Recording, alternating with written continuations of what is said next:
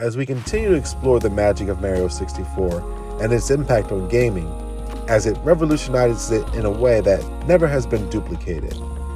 The system representing a transition point from 2D to 3D, but also representing a transition point where home consoles were capable of keeping up with the arcades, therefore causing a dent in the arcade gaming.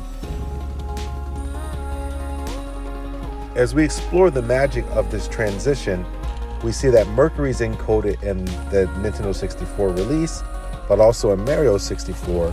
But this kind of Mercury concept is also encoded in stories that are about changing the future, changing the past, correcting the future. You'll often see that this Mercury kind of concept is at play.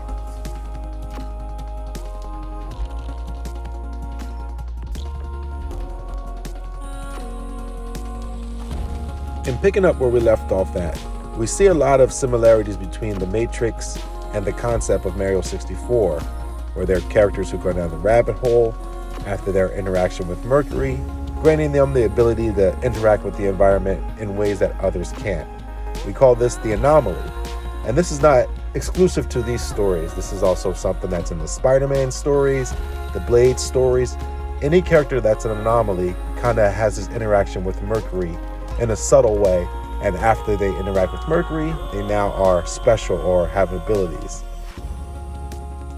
And what I like about these bunny stories or these rabbit stories is usually they'll have the fear of jumping in the beginning. You see in the Matrix, Neo had to overcome the fear of jumping over the building. He's the white rabbit. Same kind of concept going on with Miles in the first film. And even the original Spider-Man movie, the Sam Raimi film, had the same concept where Peter Parker was afraid to jump off the building. This is just a common thing with rabbit stories. In the most recent Mario film, there's a scene where he has to overcome the courage to kind of do this platforming stage. And once he gets it, then he's a bouncing rabbit. And you kind of see that with the Spider-Man characters. You're seeing them swing from tree to tree or building to building, like the Naruto characters who are jumping from tree to tree. But it's really just a play that they're bunnies. The story is being told through these bunnies or these rabbits. And after these characters interact with Mercury, we're able to see them move around as if they were on Mercury, with Mercury supposedly being less dense than Earth. The characters or someone jumping on Mercury would be able to jump much higher. And we see this reinforced or embodied in these characters as they're able to bounce around our environment like bouncing rabbits, but free from the restrictions that others are, the anomalies, where they can jump high, even fly, walk on walls, bounce off of walls, because Mercury is encoded in their characters and the change they go through.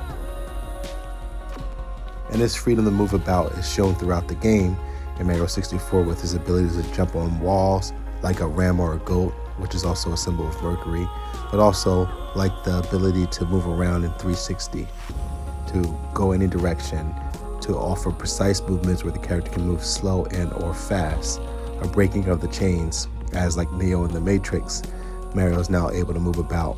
And this is also reflected in the system's design as well, with the controller, with the analog stick, but also in the rumble pack where you can feel the movements in a way like never before. In addition to the freedom to move, you have the freedom of perspective, where we're given a cameraman or camera angle, similar to the Matrix, where you can see the cameras are more freely moving about in that world versus other films where the perspective is a big point. And this is even reinforced in both stories, where the eyeballs are in the Matrix or the Mario game, and then the eyes of the Oracle in the Matrix. As you have the freedom of perspective, you also are shown the contrast of being monitored or watched, a surveillance state. And this is also reinforced in the idea that both are considered a fever dream, with Mario 64 sometimes being referred to as a fever dream. And we know the Matrix or Morpheus is associated with the god of dreams. You can also see that there's similarities in this camera angle or monitoring with the kind of concept of DreamWorks going on.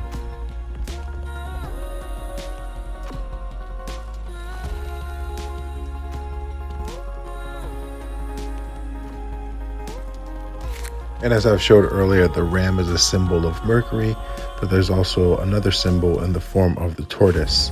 And we get the famous story, the tortoise and the hare, because of that, where a hare is also an allegory for spirituality, where the rabbi or the rabbit is used in a magic trick as a vector, but it's also a play on the Lepus constellation, the zodiac sign, and most mascots will be a rabbit. Being so that Mario is playing a rabbit, you see this interaction between Mario with the tortoise and the hare, where Bowser's a play on the tortoise or the hare, and Mario's a play on the rabbit or the hare. And this kind of interaction is shown in a lot of different stories, where Peter Parker is a play on Peter Rabbit, and Ned, his friend or partner, is a play on the turtle. And this way you can kind of see this is a common thing that's shown. Even when characters are fully playing Mercury, there will often be a scene where they're surfing or riding on something like a surfboard, as in the Silver Surfer. And this is kind of a play of the rabbit on top of the turtle. And the tortoise is a symbol of Mercury as well. This is why you see this kind of combination or connection with Mario riding a dinosaur that kind of is a play on the turtle in the form of Yoshi, but also in the turtle doves, or his rival and sometimes friendship with Bowser. And you see the T-1000 even has scenes where he's riding on top of something like the Silver Surfer. Mario kind of also has this play with the Silver Surfer. And in this Mario game, Mario 64, there was a rumored deleted cap in the form of the yellow cap. In this game, he has 3 caps, where he has the wings to fly, the intangible phasing color, and then also the metal suit. Well, the 4th cap was supposed to be a riding shell. And in the game, he can already step on a turtle dove and ride it. But in this power-up, he was supposed to get the dove just to ride initially, kind of being a play on this Mercury concept, riding the shell, or the Silver Surfer. And a lot of other different stories where characters are playing turtles or rabbits or hares, you will often see them surfing or riding on something, like Barney McFly, the rabbit that travels through time. The Ninja Turtles, which are a play on the Mercury, they went from small to mutants. They were changed, a mercurial change occurred. And these characters with their bandanas on are kind of pointing to both the rabbit and the turtle. And you see that Shredder's helmet has the same kind of design as the N64 controller. Same thing with somebody like Galvatron from the Transformers. And remember, all these characters are characters who went through mercurial changes, where the enemy or the hidden guy made them stronger to kind of be a herald to go into the world before they came, kind of like a precursor. And this is also shown in the T-1000, the Silver Surfer. They're here to set up the world for the invisible or hidden god before the god arrives. And this game acts as that catalyst where it transitions systems and games from 2D to 3D, normalizing the switch. And every N64 game to follow was a 3D remake of a previous 2D game. So you see it's kind of the messenger of the gods encoded even in the game, in the system. And even the system design has this tortoise and hare concept, with the N64 being the faster load times versus the PlayStation, which is its rival. PlayStation, using the CD format, has slower load time. So it's a speed race also with the systems, but also a wisdom race, because the PlayStation has higher storage capacity. So you kind of see it's the first time that we have 2 different formats really for rival system.